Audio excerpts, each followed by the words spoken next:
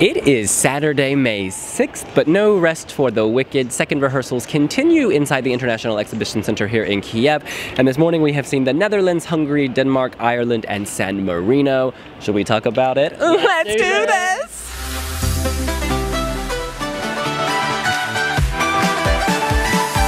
The Netherlands kicked it off. The sisters Joci, they were on point as always. They sounded amazing, they looked amazing. They didn't need to make many changes, but it was the producers who needed to make some changes with their camera cuts and crops, and they have done that now. They don't miss the girls don't go missing, you know, when they're turning backwards.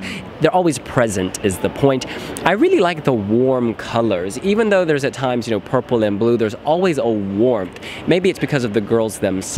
There's candles on the floor which look brighter, they're captured better. There's a candle on the screen. It's all very touching.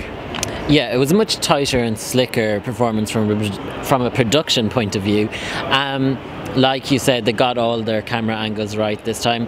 And then there was other little details that were more noticeable. Like this time I really noticed the woman kind of floating in the LED screen on the floor, whereas that kind of passed me by the last day. But aside from that, everything else was as before. The vocals were great, their outfits were great, the girls looked stunning. Yeah. I don't think there's much more to add. I'm not going to get emotional this time. Apologies to anybody watching RTL last night. No, I thought that it was really good. It didn't feel like they were doing their most powerful vocal. Yeah. But why bother? You know, you slayed it the first time. Don't, you know, force yourself. I mean, even then they still had one of the, you know, their 75% is better than many people's 100%. Yes. But no, everything popped. It looked really good, just as good, if not better, with the camera cuts. You know, I still very much believe this is top 10 material at least. The question is no longer will they make the final, but how high they will climb. How high will they climb once they are there? In any case, we move on to Hungary. Joci, Papai. This was much better. During his first run through, he was nervous. He was shaking. You could see the mic going like this, but there was none of that today. He was there and he was ready to slay. To me, the biggest change is that they focus more on him, so he's not swallowed by the stage. And they also give his dancer a bit of life and identity by focusing on her face. I feel like there was one or two extra shots of her, and that's important to convey their chemistry, because ultimately this is a song about him, you know, facing hate for loving a white woman, and now we see the kind of romance. I really like it. Yeah, he was completely at ease today. There was no nerves on show at all. And they've brought in the costumes. So today we saw him, he was back to what he was wearing at Adal. He had the blue shirt and kind of the leather jacket, kind of, I'm guessing it's kind of traditional clothing. And then the violinist on her little island stage had kind of a black mini skirt outfit. It was quite modern. It doesn't fit in with the ethnic vibes, but it still works somehow. Yeah. And overall, it was a much more polished show, I thought. Yeah, I think he's kind of back to where he was at Adal now, which is, you know, a definite qualifier status for me. They have eliminated a lot of the wide shots that were causing issues. It is much more, you know, closely filmed, which works. It works much better. You know, you got it tells the story better than pretty much any other song, really. There is a story behind this, and it conveys it very well on stage now. Before there were a few issues. I don't know whether they changed some of the lighting, it just felt a bit richer again. I do think that some of the cuts to the violinist are a little bit strange. It's like she's almost the focus at times when... Obviously, no, she's on the satellite stage and it plays off nicely against what's happening in the backdrop, which is Joci and his lover.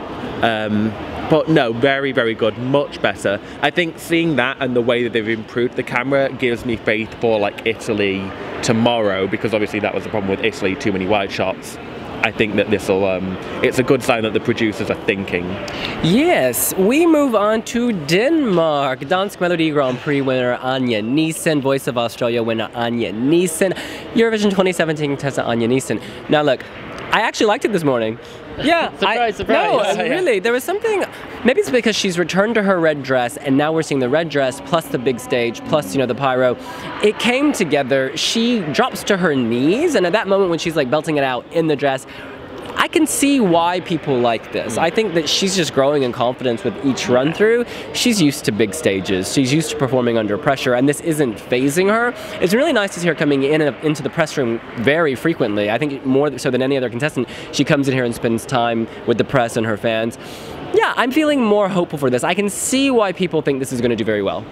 Yeah, the red dress, the return of the red dress makes her pop much more on stage. Yeah. She was kind of fading away because it was kind of light pastel kind of colours, and it wasn't a particularly, I don't know, Eurovision-y jumpsuit she was wearing in the last thing. It didn't work on stage, it was far too casual. But yeah, the dress really adds to the performance. Apart from that, everything else was much the same.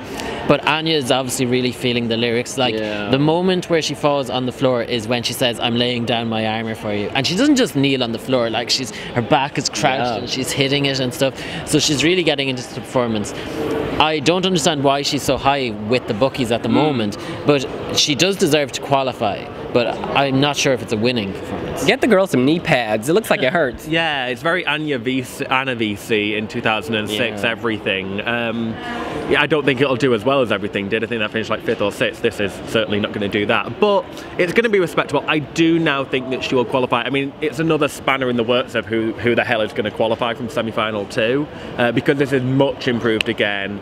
The red, I didn't mind what she was wearing in her first rehearsal, actually. I think I'm in the very much minority on that, but this does stand out more. It's a lot more free-flowing at the bottom than her Dance Melody Grand Prix dress, which allows her to fall to the floor. If she'd have worn the one that she wore at DMGP, then we would have had a nasty incident and probably a scandal with things being flashed. But yeah, well, much better. Let's not hope for a Basic Instinct moment. We move on to Ireland, Brendan Murray.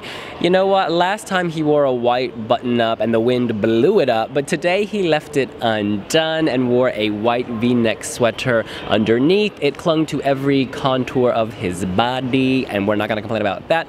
This worked very well. He's adding a bit of sex appeal to his very sweet performance. It's very deliberate. He's kind of, you know, he's been told to play the sweet guy next door, but today with the sauciness, it really showed. I think this still looks great. I think it looks very expensive. He sounded just as good as he always has. He doesn't falter vocally, and that's ultimately what's most important. He was very coiffed. His eyebrows were sculpted. He's playing to all of his strengths.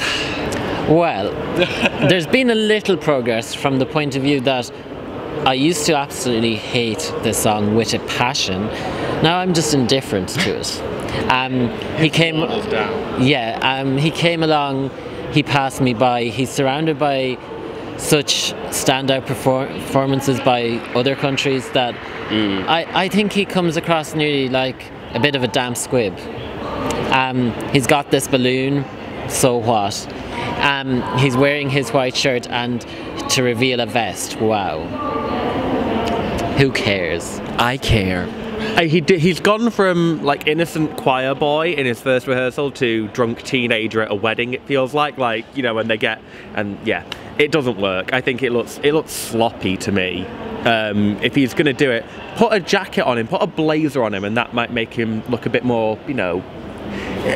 I don't associate hot air balloon with I've got my shirt unbuttoned, really. Like that, nothing of it really adds together. Wind, blowing shirt open, breeze, boy singing. But there's no wind on him. There isn't a lot of wind. If there is, it's very, very light. He's wearing a lot of hairspray. The hair's not moving. But I prefer some of the staging changes. I think they added a bit more white to it, so it sort of whooshes around a little bit. It's still very near the bottom of the semi-final to me. And actually, the only problem I see is that you kind of got this block in the middle of the semi-final of Denmark and Ireland and San Marino, which all leave me feeling a bit meh.